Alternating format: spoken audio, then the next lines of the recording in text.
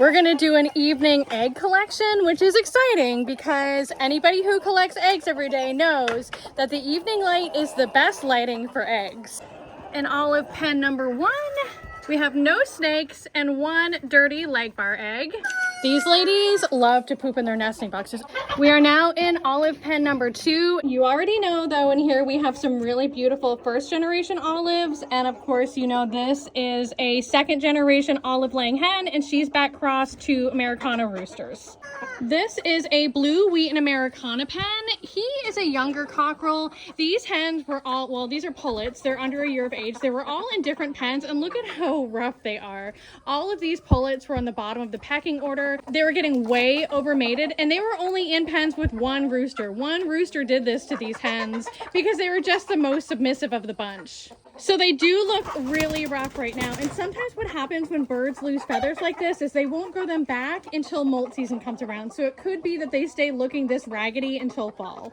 And then this is the egg that came out of this pen. It does look really light, almost white, even though they are blue egg layers. It just goes with the territory of this time of year. Chickens are drinking a lot of water. It's hot, egg color fluctuates, and for some reason, all of that can be a recipe for lighter colored eggs. I see it in my blue layers, honestly, and my Morans and my green layers. Aw, cute. This is like mother and daughter right here. Oh wait, no, I lied. Mother and daughter. Second generation back crossed, third generation back crossed. Oh, these are actually the chickens who laid those eggs that I made that olive egger posted about the other day. Look, I actually have eggs from all of them again, and I can show you who laid which egg.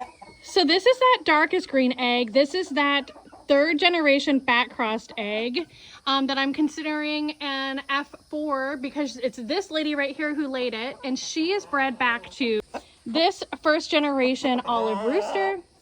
When I'm breeding olives to olives, I like to use olive roosters who I for sure know have some type of blue egg genes in there. And the only way to know that for sure is to use a first generation rooster or to use a rooster who has been like in the most recent generation back crossed to a true blue layer like an Americana or a leg bar. And then we have this egg right here, and this egg comes from this little lady right here. And she, like I was telling you in that post, comes from Moran's Americana mix. And then we have this lovely egg, which was much bluer yesterday. And that is laid by this lady right here. She comes from Silver Well Summer background coupled with Americana. And then that first generation was bred back to Americana. Also, you guys have given me so much smart advice about how to repair and continue using this egg basket. The most smart, I feel like, is to just get chicken wire and rewire it with chicken wire because it is basically made out of chicken wire anyways. It is embarrassing that I didn't think of that myself. You know what it is? I'm just too close to it. I'm just too close to the situation and I couldn't think of the solution because I'm too close. Wasn't it Einstein or somebody who said that you can't solve a problem when you're in the same state of mind that you were in when the problem was created? It's like that same principle applies here. So obviously now we are in the blue laced red Wyandotte pen, and these are my chickens that are most likely to throw pink colored eggs. As you can see that one's a little pinkish coloring, this one too. They're all like cream with that heavy pinkish bloom. And the Bantam Cochins. Hello, sweet little friends. Do you want to make a guess about how many broody hens are in here? If you guess 2, you're a winner. Excuse me, miss, ma'am. Ooh, geez Louise. I haven't seen my resident snakes in like 2 weeks. They're not up in their bag. I haven't seen them patrolling the yard. Why is that? Where did they go? This lady has already been broody once. Maybe now that the snakes are gone, I can give her eggs. In here we have, this comes from a, there's a blue copper Moran's rooster in here, and he's over black copper Moran's hens and olive eggers. So this is like a blue black Moran's possibility, and this will be a back crossed olive. Look at where these chickens have decided to sleep for the night. Oh my goodness, this new rooster is in Don Juan's spot. This is where Don Juan always sits. What are you doing here, sir? Don Juan, I can't believe you've allowed this. He's like, yep, I'm moving down the ranks. I'm letting the young bucks take over. Well, that's not where that goes. Look at that bloom on there. That's wild. We have our resident broody, still being broody. When we have hens who go broody, it is actually really important to figure out a way to break them up that cycle, whether we're going to let them hatch eggs. Sometimes it's helpful if you can move them into a different pen.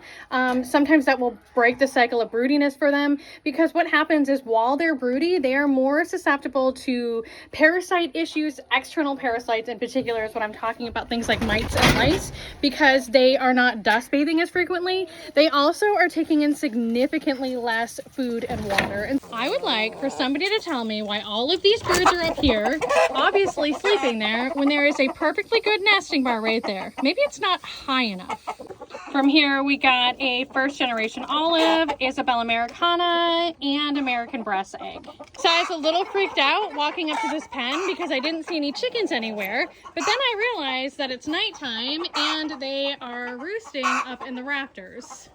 Because I'm collecting eggs way later than I normally do, but these are our two Self Blue, which is also Lavender Americana eggs. I may only be working with a pair of Lavender Americanas this season, so I only have 2 hens who are laying eggs. However, because of that, fertilization rates are so good on these eggs. I can't offer full dozens of them. I'm only offering them in rainbow dozens, but you can be guaranteed that if you get Lavender Americana eggs from me, you are going to have Lavender Americana chicks. Do you guys notice that different chicken coops smell differently?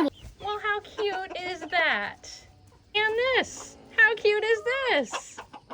How about this? Have you guys ever seen a silky roosting before? Because I sure haven't. Look at her. She's one of my favorites to grow out this season as well. Also, this guy, who admittedly I just realized was a cockerel. Like, not like today, but like this week. Look at his mullet. Oh, look at his white mullet. You guys, it just happened. I dropped one of my eggs out of the hole on the side because I still haven't fixed the basket yet and busted it open. Silkies, all these silkies gave me like 4 eggs, but honestly, I'm surprised that there's not more broody silkies. Silkies are usually pretty notorious for being broody at this time of the season. It's time to get some egg photos while the light is right.